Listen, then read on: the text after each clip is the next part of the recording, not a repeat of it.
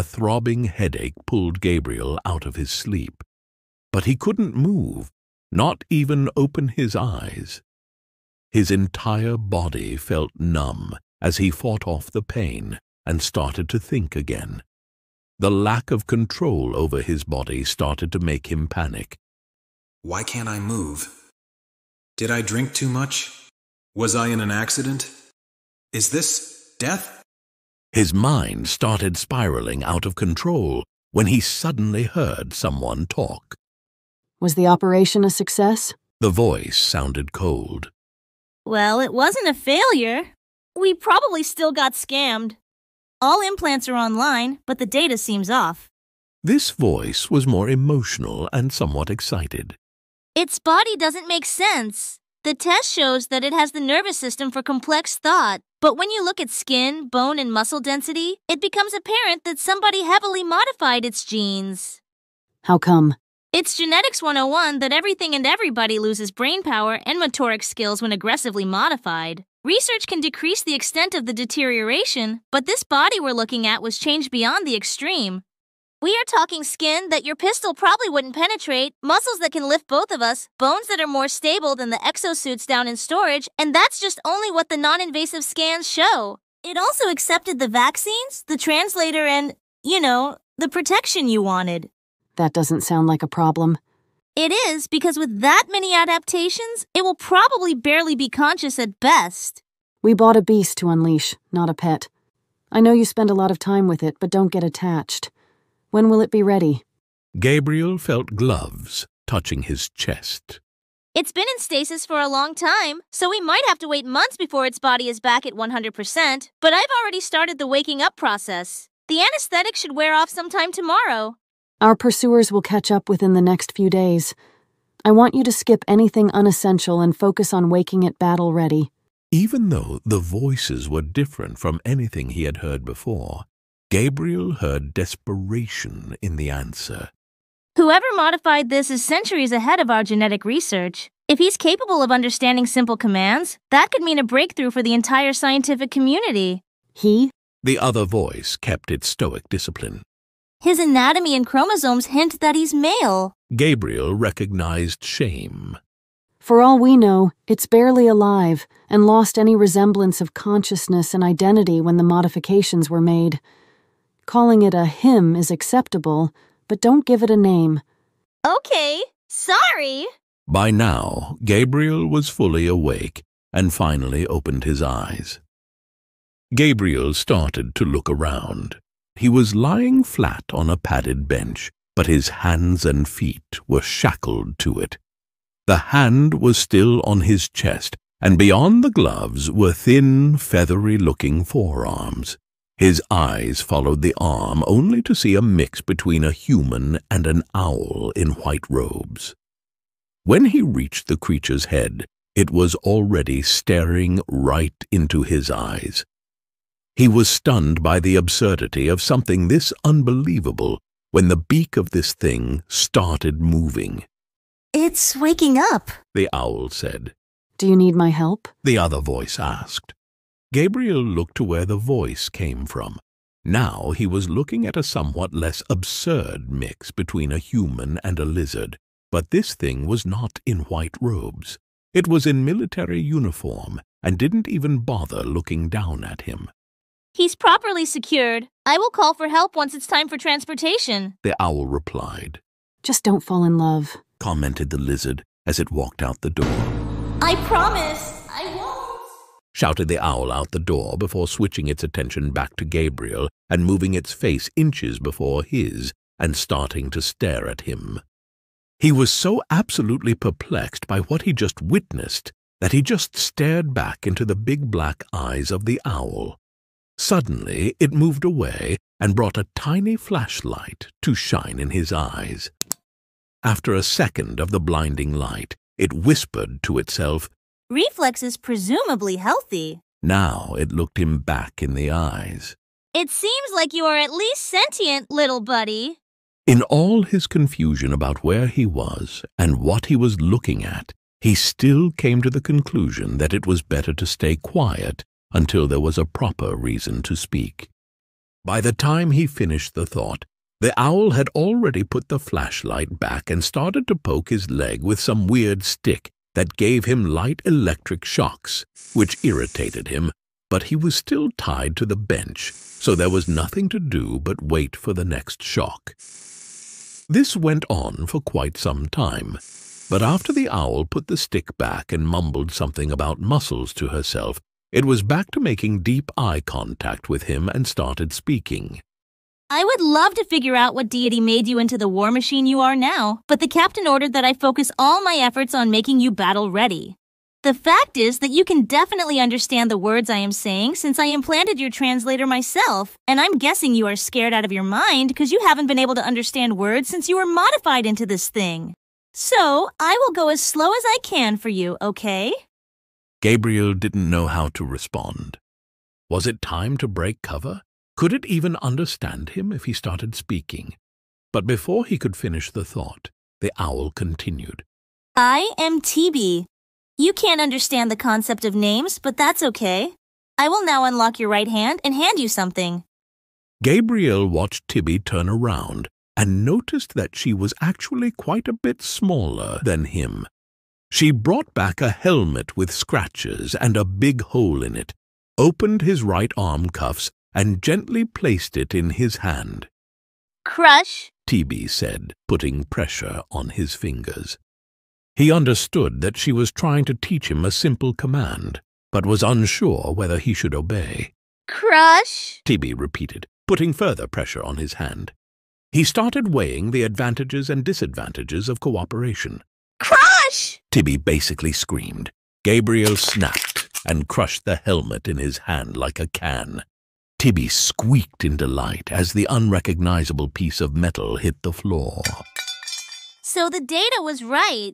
Tibby's face was inches away from his.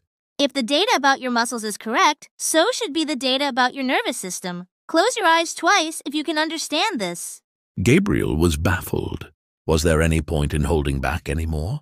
He could just skip the whole ordeal and start talking. Come on, I know you can hear me. Tibby interrupted. There was nothing to be done anymore. If these things wanted him dead, he would be dead already. It was time to talk. Where am...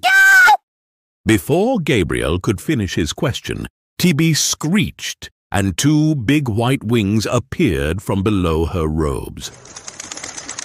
She landed on a cabinet in the corner of the room a split second later, and before he could react, two lizard-human hybrids rushed through the door, guns aimed at him. He recognized the pitch-black reptile skin and the military uniform from when he woke up, and a step behind was a taller, tawny brown lizard in a variation of the same uniform. Scared out of his mind, Gabriel started to pull on the shackles, and they screamed under the force of his efforts, but wouldn't give in. So he was helpless. Aina, you can't kill him! Tibby interrupted before the two lizards reached him. Aina froze, and the other lizard bumped into her. What happened? She demanded to know. It can talk! Tibby exclaimed. All the data was right. After a short while of thinking, Aina lowered her gun and walked right next to him. Her eyes wandered down his body before she spoke. What are you? Human? Gabriel couldn't think of anything else to say. He felt exposed by the way things had gone down, and being undressed didn't help. I am asking who made you. Aina followed up. Nobody, I swear. Gabriel was just trying not to get killed. He could have memory loss. Tibby chirped. She was back on the floor now and coming closer. Considering his anatomy is impossible, there might be issues we are unaware of, and he didn't break free, meaning we are not in danger. Gabriel noticed that Aina was split in her decision, and the other lizard took position next to the door. I will leave you with Pin. Don't get hurt, okay? Aina was on her way out again. I promise, I won't. Tibby's attention switched back to Gabriel. Time for a good conversation. Can we start with clothes? He asked. Tibby turned around, rummaged through a closet in Gabriel's blind spot, and returned with a blanket and covered him with it. What do you remember before waking up? Tibby inquired. Gabriel figured out that his opposite had a habit of making deep, uninterrupted eye contact without blinking, which she abided by. He had to take a pause to think before answering. Not much. I can remember growing up, but stuff gets messy fast. You grew up? Tibby followed up, clearly confused. What would be the alternative? Gabriel was probably just as confused as TB. Decades of uninterrupted modifications to your genetic code ages ahead of anything known to modern science. TB was getting irritated by what she thought were lies. I can't prove my past. Can't you just trust me? Gabriel responded. I will for now, but only because we have to get you battle ready. TB gave in. But that won't help you gain Aina's trust, and you'll need to get on her good side since this is her ship and crew, which you are now a part of. Can we start with you telling me what you are, where I am, what Aina is, and why I am handcuffed to this bench? Gabriel was now desperately looking for an answer. Seems like a logical demand if you really have brain issues. TB took a deep breath before continuing. So let's start. I am a Hai. Aina and Pin, don't forget him, are both skicks. Do you really not know anything? Nothing, I'm sorry. Gabriel just wanted more information. You are currently on the Spike, a military vessel behind enemy lines. We were smuggled to the system in order to create chaos and logistical problems for the Rutha Confederation and bought you to reinforce our strength before attacking a gate of the Stern class. You are terrorists? Gabriel blurted out. We are funded by the Helm Union and abide by most international laws of conflicts. Most? It's technically not legal to have unmarked ships, but we are the good guys in this war and are only here to end the war. TB was obviously not comfortable with the circumstances she was in. But that's not important now. We have been evading a pirate ship for days now, and I'm quite sure Aina wants to test your capabilities. Let's get you out of these restraints and into the crew. Before I let you go, you should know that Aina had me implant a safety mechanism in you. So, for both our sakes, don't be stupid once you're free, okay?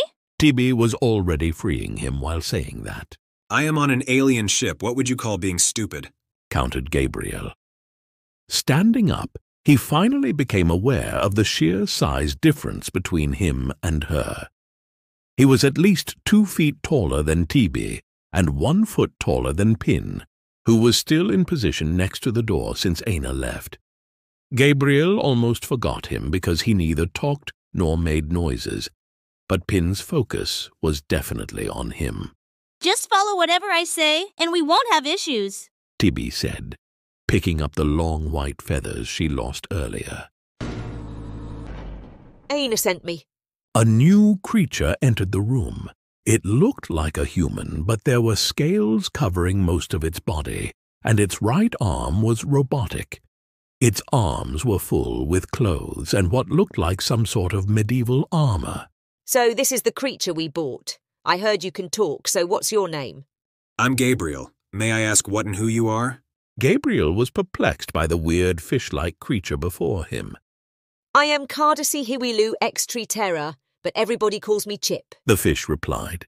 And yes, my species is partly amphibious. Just accept it, Gabriel. Chip emphasized the last part. But Gabriel didn't care. His prime objective right now was to not be naked in front of 3 strange creatures. Are those for me? Gabriel pointed at the things Chip carried. No, I'm carrying clothes for the other giant war beast in this room. I thought the gene manipulation didn't mess with your brain. Chip was obviously trying to get a rise out of him, and he enjoyed that someone was trying to break the tension. What a way to provoke the most dangerous person in the room. How long do you think it would take me to kill you? Gabriel tried to continue, but Chip cut him off. You know that I hand-built the safety that TB implanted in you, right? This whole ship is practically on a suicide mission to cause chaos.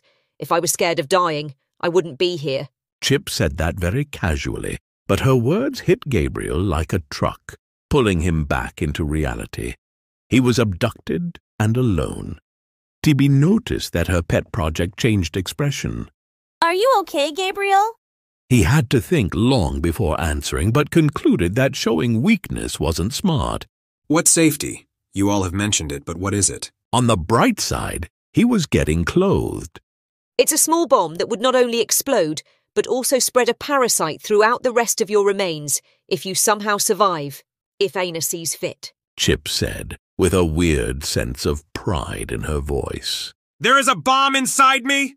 He screamed once he realized what he just heard. Chip dropped the clothes and armor.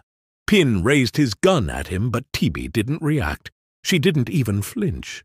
A familiar voice broke the moment. Finish up back there and get him to me. It's time we had a proper talk. Ana's voice came from a device on Pin's chest. The rest of getting dressed happened in silence. Pin escorted Gabriel to the bridge, while TB and Chip stayed behind. The armor felt weird. It was heavy, but didn't constrict his movement. It was like wearing a heavy backpack, but the weight was distributed around his whole body. He almost felt comfortable and safe. The ship was not built for his size, so he had to duck through the door frame when entering the bridge. Before him was Ana, looking out of a gigantic window. Next to her were unmanned computers and screens with data he couldn't understand. Pin walked out and closed the door while Gabriel approached Ana, who still didn't turn around. When he was one step behind her, she started talking. I would like to start with an apology. The armor you were given is primitive, and nobody under my command should have to go into battle like this. A proper replacement is on the way. Secondly, we have to talk about the big picture. You are property of the Helm Navy, and I am your superior. If you disobey my commands or harm anyone on this ship, you will either be sedated and stored in storage like the livestock you are, or I will detonate the bomb in you, and we will buy another wild animal. Gabriel was fighting off rage deep within him. He was neither a slave nor an animal. Ana continued. But it doesn't have to be like this. I would rather have your loyalty than fear. So I will offer you a deal.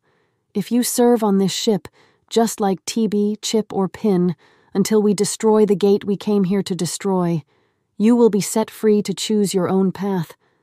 I haven't reported your existence or the genetic miracle you are to the Union, so you will not be hunted down for research once released. I don't have a choice, do I? Gabriel said. He didn't want to be a soldier for Ana, but having a bomb inside him didn't spark a lot of hope.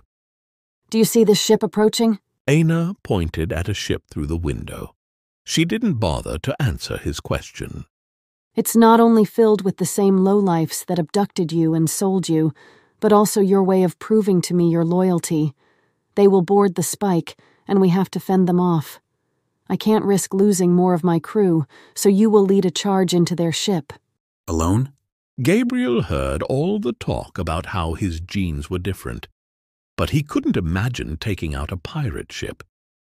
Pin will supervise you. There's another thing you should know. The bomb can only be detonated by two things: the control module on my wrist and a sensor that detects my heart rate, so don't get any thoughts about betrayal. Gabriel couldn't stand being on the bridge anymore, so he turned around and left. Ana didn't stop him. She knew he got the message. Pin was waiting for him. I'll bring you to the docking point, he said. His voice was much more snake-like than Ana's, even though they were of the same species. Pin placed his hands on the sides of Gabriel's head and waited a moment before continuing. I know you are scared, but I have your back once the door opens. There's a good chance we'll both get out of this just fine if you trust me. Understood? Gabriel was caught off guard by the soft way Pin spoke. Do you understand me? Pin didn't let go of Gabriel. He even intensified the eye contact. Okay, Gabriel replied, trying to get out of the situation, but he did appreciate the kind words. Pin let go and started walking. Gabriel followed him in silence. He was sure Pin preferred it that way. As they rounded a corner, they spotted TB and Chip, who were dressed differently now. TB wore a helmet and held an assault rifle, which just looked wrong in her feathery hands, while Chip was fully armored and wore an exosuit with what looked like 24 different weapons strapped onto it. Looking around the room, Gabriel almost had to laugh at the weirdness he was seeing. He was basically dressed as a medieval knight. TB looked super uncomfortable with the rifle, and Chip appeared as if ready to storm a fortress in her exosuit. Only Pin seemed calm, ready, and reasonably prepared.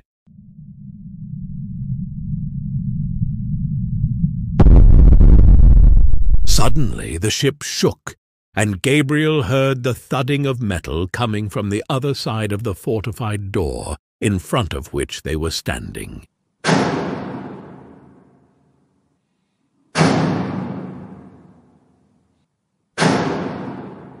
It was time for him to prove himself.